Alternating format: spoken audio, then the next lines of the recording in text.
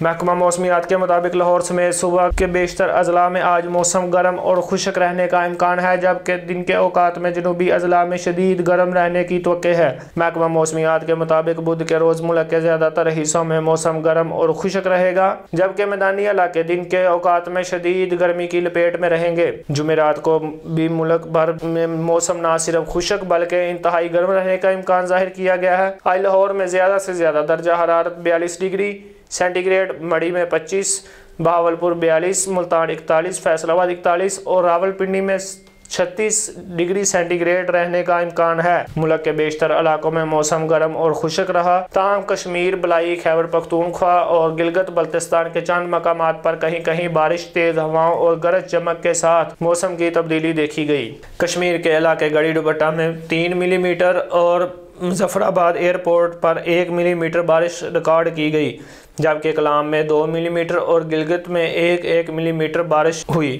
ماہرین موسمیات نے شہریوں کو خبردار کیا ہے کہ آئندہ دنوں میں گرمی کی شدت میں اضافہ ہو سکتا ہے، اس لیے بلا ضرورت باہر نکلنے سے گریز کیا جائے اور دھوپ میں نکلتے وقت احتیاطی تدابیر اختیار کی جائیں۔